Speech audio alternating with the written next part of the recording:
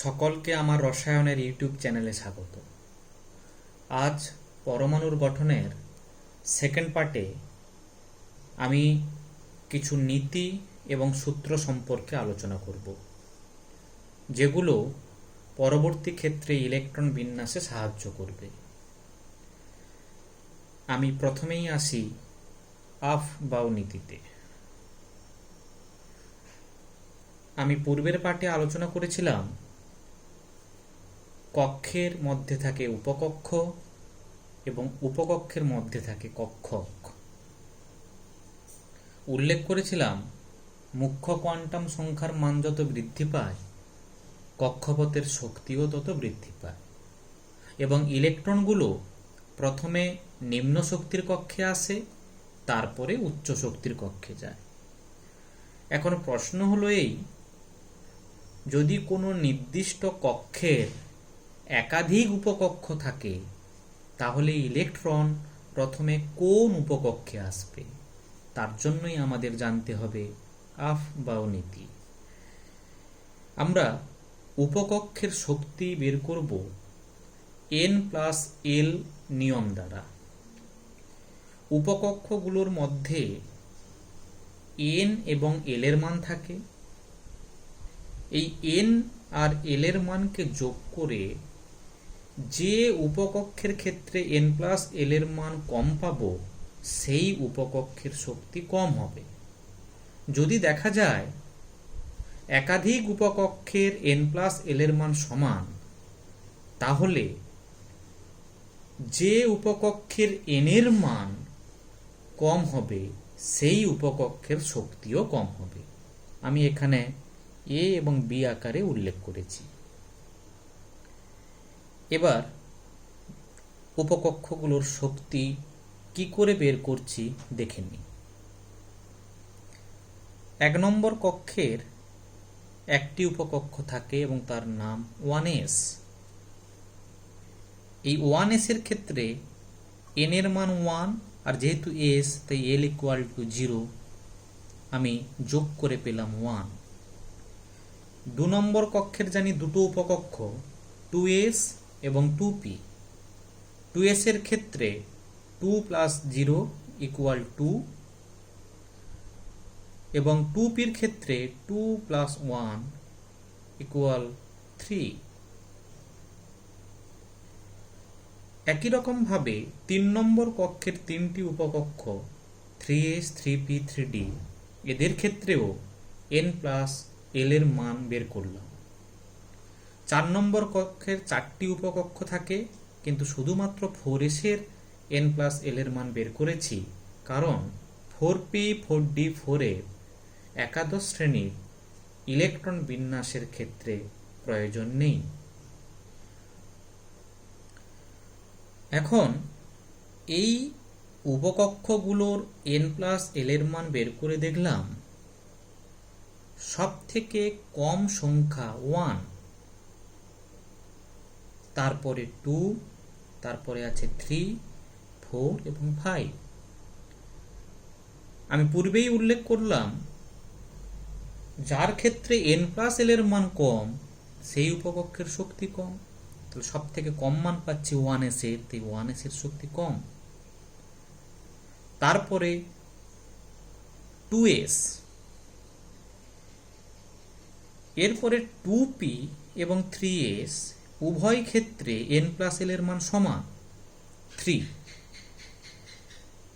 তখন আমরা উপকক্ষের n এর মান দেখব। যেহেতু 2p এর ক্ষেত্রে n এর মান 2, 3s এর ক্ষেত্রে n এর মান 3, যেহেতু এর ক্ষেত্রে n এর মান 2p এর ক্ষেত্রে n এর মান কম, তাই 2p এর শক্তি 3s অপেক্ষা কম। এরপরে 3p এবং 4s উভয়েরই 4, যেহেতু 3p এর n এর মান কম, তাই 3p এর শক্তি 4s অপেক্ষায় কম।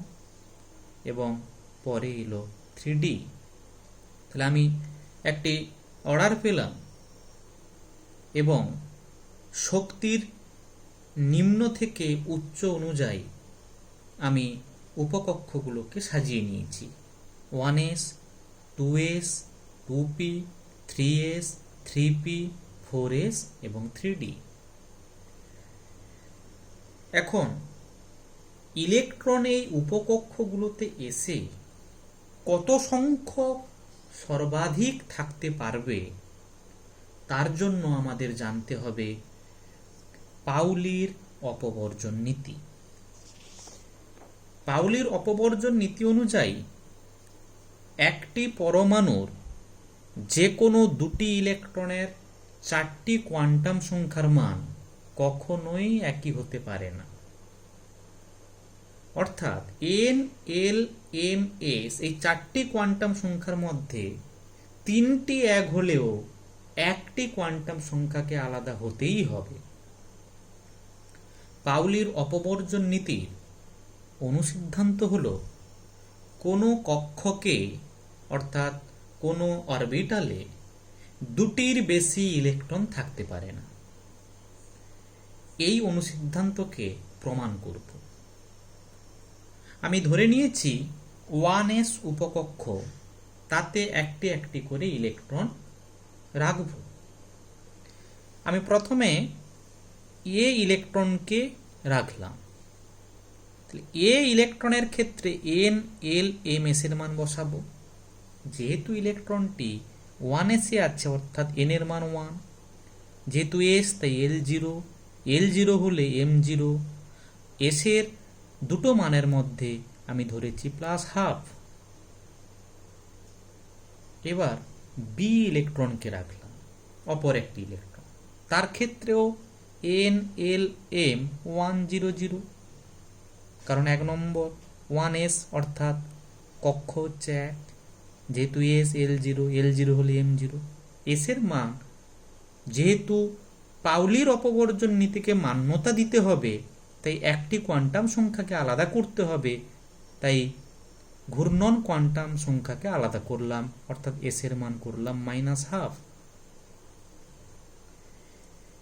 অপর অর্থাৎ তৃতীয় ইলেকট্রন সি কে রাখলাম।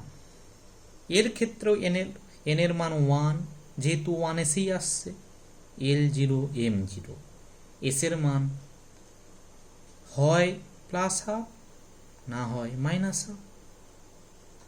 এখন +12 যদি হয় তাহলে সি ইলেকট্রনের 4টি কোয়ান্টাম সংখ্যা এ ইলেকট্রনের সঙ্গে সমান হবে। যদি -12 হয় তাহলে সি ইলেকট্রনের 4টি কোয়ান্টাম সংখ্যা বি ইলেকট্রনের 4টি কোয়ান্টাম সংখ্যার সঙ্গে সমান হবে। অর্থাৎ তৃতীয় ইলেকট্রনকে রাখতে গেলে দেখা যাচ্ছে হয় প্রথম ইলেকট্রনের 4টি কোয়ান্টাম সংখ্যার সঙ্গে সমান হয়ে যাচ্ছে, অথবা দ্বিতীয় ইলেকট্রনের 4টি কোয়ান্টাম সংখ্যার সঙ্গে সমান হয়ে যাচ্ছে, যেটি পাউলির অপবর্জন নীতিকে অমান্য করছে। তাই সর্বাধিক একটি কক্ষকে আমরা দুটোর বেশি ইলেকট্রন রাখতে পারবো না, কারণ আমরা জানি 1s এর একটি কক্ষক, আর ওই একটি কক্ষকে এ এবং বি অর্থাৎ দুটি ইলেকট্রনকে আমরা সর্বোচ্চ রাখতে পারলাম। এইভাবে আমরা অনুসিদ্ধান্তটিকে প্রমাণ করতে পারি কোনো অরবিটালে সর্বোচ্চ দুটি ইলেকট্রন থাকতে পারে। তাহলে আমরা কোন উপকক্ষের সর্বোচ্চ ইলেকট্রন ধারণ ক্ষমতা কত বের করে নিতে পারবো? তার জন্য আমাদের মনে করতে হবে উপকক্ষের কক্ষক সংখ্যা কত, তার সঙ্গে 2 গুণ করলে পাবো সর্বোচ্চ ইলেকট্রন ধারণ ক্ষমতা।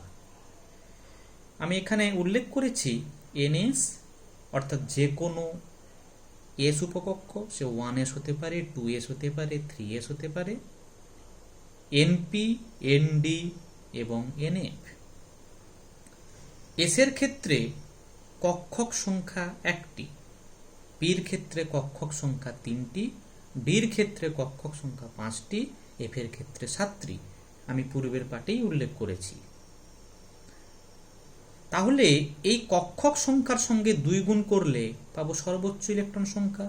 তাই ns এর অর্থাৎ ns উপকক্ষের সর্বোচ্চ ইলেকট্রন সংখ্যা বা ইলেকট্রন ধারণ ক্ষমতা 2, np এর ক্ষেত্রে 6, nd এর ক্ষেত্রে 10 এবং nf এর ক্ষেত্রে 14। এবার কোন কক্ষের মোট ইলেকট্রন সংখ্যা বের করব কি করে। তাহলে কক্ষের মধ্যে কোন কোন উপকক্ষ আছে জানতে হবে, তাদের সর্বোচ্চ ইলেকট্রন ধারণ ক্ষমতা আমরা বের করে নিয়ে যোগ করে দিলেই পেয়ে যাব কোনো কক্ষের মোট ইলেকট্রন সংখ্যা। যেমন এখানে উল্লেখ করেছে 1 নম্বর কক্ষ, তার ক্ষেত্রে একটি উপকক্ষ থাকে, আমরা পূর্বেই জেনেছি, সেটি হলো 1s। যেহেতু এস এর সর্বোচ্চ ইলেকট্রন ধারণ ক্ষমতা 2, তাই 1 নম্বর কক্ষের মোট ইলেকট্রন সংখ্যা হবে 2। 2 নম্বর কক্ষের দুটি উপকক্ষ থাকে 2s 2p, এস এর সর্বোচ্চ ইলেকট্রন সংখ্যা 2, পির সর্বোচ্চ ইলেকট্রন সংখ্যা 6, দুটোকে যোগ করলে পাবো 8, তাই 2 নম্বর কক্ষের মোট ইলেকট্রন সংখ্যা 8। 3 নম্বর কক্ষের তিনটি উপকক্ষ থাকে 3s 3p 3d, 3s এর ক্ষেত্রে ইলেকট্রন ধারণ ক্ষমতা 2, পির ক্ষেত্রে 6, ডির ক্ষেত্রে 10, যোগ করলে পাবো 18। 4 নম্বর কক্ষে 4টি উপকক্ষ থাকে 4s 4p 4d এবং 4a। একই রকম ভাবে ইলেকট্রন সংখ্যাগুলোকে যোগ করলে পাবো 32। এবার আসি কক্ষকে ইলেকট্রন এসে ইলেকট্রনগুলো কিভাবে বিন্যস্ত হবে। তার জন্য আমাদের জানতে হবে হুন্ডের মাল্টিপ্লিসিটি সূত্র। সূত্রটি হচ্ছে এই: সমশক্তি সম্পন্ন কক্ষগুলি যতক্ষণ খালি থাকবে ততক্ষণ ইলেকট্রন দ্বারা এককভাবে পূর্ণ হবে এবং প্রত্যেকের ঘূর্ণন হবে একই দিকে। আমি ধরে নিয়েছি যে কোনো ডি উপকক্ষে 7টি ইলেকট্রন আছে। এই 7টি ইলেকট্রনের বিন্যাস 4 ভাবে দেখিয়েছি। তার মধ্যে একটি সঠিক বিন্যাস, বাকি 3টি ভুল বিন্যাস। আমি প্রথমে 2টো দিয়েছি, তারপরে এখানে 2টো দিয়েছি, এর ক্ষেত্রে প্রথমে একটি তারপরে 2টো। কিন্তু হুন্ডের মাল্টিপ্লিসিটি সূত্রানুযায়ী প্রত্যেকটি কক্ষকে একটি একটি করে ইলেকট্রন দিতে হবে এবং প্রত্যেকের ঘূর্ণন হবে একই দিকে। যেহেতু ডির 5টি কক্ষ, 5টি ইলেকট্রনকে বসালাম, এরপরে 2টি ইলেকট্রন অতিরিক্ত হয়ে গেল, তাই প্রথম থেকে আবার পূর্ণ হবে এবং তাদের ঘূর্ণন হবে বিপরীত দিকে। অর্থাৎ এই বিন্যাসটি হবে সঠিক বিন্যাস। এইভাবে বিন্যস্ত করার পর আমরা অযুগ্ম ইলেকট্রন নির্ণয় করতে পারি। যদি বিন্যাস করার পর দেখা যায় অযুগ্ম ইলেকট্রন উপস্থিত আছে, তাহলে সেটি হবে প্যারাম্যাগনেটিক, যার চৌম্বক ভ্রামক mu equal to √n × n+2bm, যেখানে n হচ্ছে অযুগ্ম ইলেকট্রনের সংখ্যা। আর যদি অযুগ্ম ইলেকট্রন না থাকে তখন আমরা বলবো ডায়াম্যাগনেটিক, যার ক্ষেত্রে মিউ ইকুয়াল টু 0। এবং এইভাবে বিন্যাস করার পর যদি আমরা অর্ধপূর্ণ বা সম্পূর্ণরূপে পূর্ণ উপকক্ষ পাই, তাহলে অর্ধপূর্ণ বা সম্পূর্ণরূপে পূর্ণ উপকক্ষ বিশিষ্ট ইলেকট্রন বিন্যাস হলো বেশি সুস্থিত ইলেকট্রন বিন্যাস। আশা করি আমার এই ভিডিওটি পরবর্তী ক্ষেত্রে ইলেকট্রন বিন্যাসে সাহায্য করবে। যারা আমার চ্যানেলটিকে সাবস্ক্রাইব করনি, তোমরা সাবস্ক্রাইব করবে। আমার চ্যানেলটিকে দেখার জন্য ধন্যবাদ।